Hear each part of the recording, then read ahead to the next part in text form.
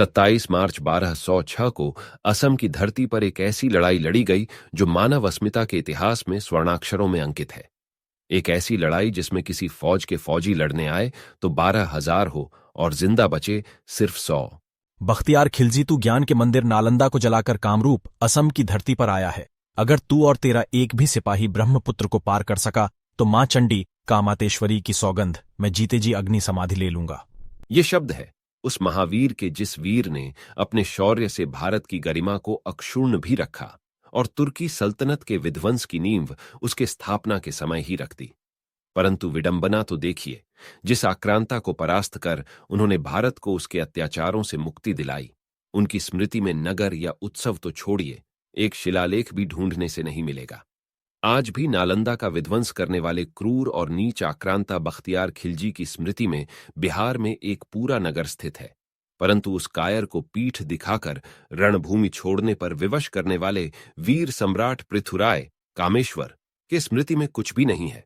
परंतु यह सम्राट पृथुराय कौन थे और कौन था ये बख्तियार खिलजी, जिसके अत्याचारों से मुक्त कराकर सम्राट कामेश्वर ने भारत भूमि का मान सम्मान अक्षुण्ण रखा।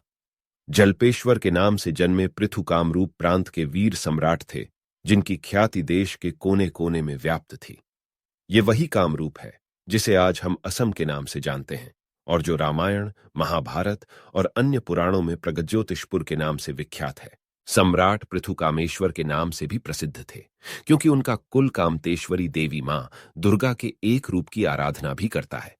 परंतु बख्तियार खिलजी से उनका युद्ध क्यों हुआ, क्यों और किस लिए पूर्वोत्तर के एक योद्धा को एक तुर्की आक्रांता के विरुद्ध शस्त्र उठाने को विवश होना पड़ा?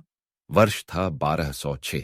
ये वो समय था तब तुर्की सल्तनत शनय शनय भारत पर अपना प्रभाव स्थापित कर रहा था और भारत की संस्कृति का विध्वंस हो रहा था।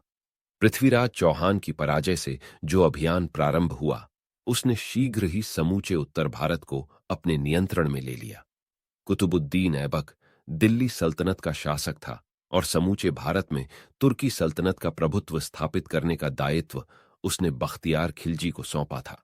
ईरान के इतिहासकार सिराजुद्दीन मिन्हाजुद्दीन अपने पुस्तक तबाक़त-ए-नासिरी में न केवल इस बात की पुष्टि करते हैं कि कैसे क्रूर आक्रांता बख्तियार खिलजी ने भारत का सांस्कृतिक विध्वंस किया है, परंतु इस बात का भी उल्लेख किया है कि कैसे सम्राट कामेश्वर ने न केवल बख्तियार खिलजी के इस क्रूर अभियान को रोका, अपितु उसे परास्त भी किया। सही कहा है किसी ने, विनाश काले विपरीते बुद्धि, अर्थात जब विनाश निकट हो तो बुद्धि भी भ्रष्ट हो जाती है। नालंदा विश्वविद्यालय को ध्वस्त करने और 10,000 शास्त्रियों विद्यार्थियों का नरसंहार करने के पश्चात विजय के मद में चूर बख्तियार खिलजी ने बंगाल की ओर अपने पांव बढ़ाए। बंगाल में भी वह विजयी सिद्ध हुआ, जिसके पश्चात बख्तियार खिलजी ने अपनी दृष्टि तिब्बत के बौद्ध साम्राज्य पर गड़ाई। परंतु उस पर विजय प्राप्त करने से पूर्व बख्तियार खिलजी को कामरूप और सिक्किम की बाधा पार करनी थी, लेकिन उसका रास्ता रोके खड़े थे असम के राजा पृथु। गुवाहाटी के पास दोनों के बीच युद्ध हुआ। राजा पृथु ने सौगंध खाई कि किसी भी सूरत में वो खिलजी को ब्रह्मपुत्र नदी पार कर तिब्बत की ओर नहीं जाने देंगे। उन्होंने व उनके आदिवासी योद्धाओं ने जहर बुझे तीरों, खुखरी, बर्छी और छोटी लेकिन घातक तलवारों से खिलजी की सेना को बुरी तरह से काटा। बख्तियार खिलजी और उनकी सेना पर रुद्र के गण के समान सम्राट कामेश्वर और उनकी सेना समेत कामरूप के अनेक वीर योद्धा टूट पड़े। जिन्होंने उनके प्रलयंकारी अस्त्रों से बचने का प्रयास करा, वो ब्रह्मपुत्र के वेग में बह गए। खिलजी खुद और कई सिपाही जंगल में भागे, पहाड़ों में भागे, लेकिन असम वाले तो जन्मजात योद्धा थे। आज भी दुनिया में उनसे बचकर कोई नहीं भाग सकता। उन्होंने उन भगोड़ों खिलजियों को अपने पतले लेकिन जहरीले तीरों से बींध डाला। अंत में खिलजी महज अपने 100 सैनिकों को बचाकर जमीन पर घुटनों के बल बैठकर क्षमा याचना करने लगा। राजा पृथु ने तब उसके सैनिकों को अपने पास बंदी बना लिया और खिलजी को अकेले को जिंदा छोड़ दिया, उसे घोड़े पर लादा और कहा कि तू वापस अफगानिस्तान लौट जा।